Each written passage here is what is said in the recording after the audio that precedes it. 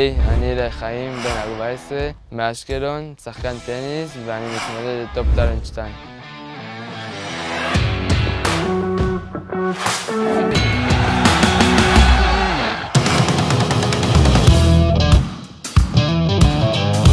הסיפור שלי התחיל בגיל 5, שהייתי בחוג שחייה, ואחרי החוג אמא שלי לקחה אותי למרכז טניס, והייתי שני מבוגרים משחקים טניס, והתאהבתי במשחק.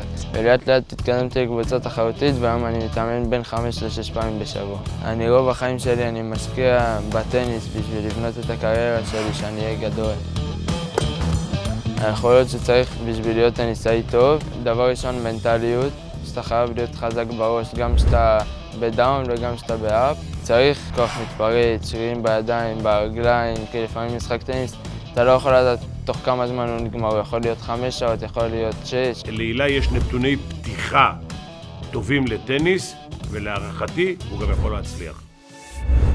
המחיר שאני משלם על זה שאני כל יום כמעט מתאמן, זה שאני פחות יוצא לי להיות עם חברים, ושהרבה פעמים חברים שלי אומרים לי, תפסיד פעם אימון, אל תלך ביום הזה, ואני אומר להם שאני לא יכול כי אני צריך להשקיע ולהתמיד. בספורט למשל, כמו כדורגל וכדורסל, ההצלחה היא כקבוצה. אם אתם מצליחים, אז אתם מצליחים כקבוצה. לעומת זאת, בטניס, כל האחריות זה רק עליי. אם אני מצליח, אז ההצלחה בזכות עצמי, ואם אני מפסיד, אז אני גם אחראי להפסד.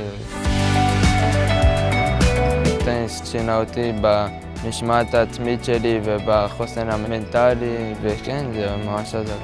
היעד הבא שלי זה להתחיל תחרויות ITF, שזה תחרויות של כל העולם.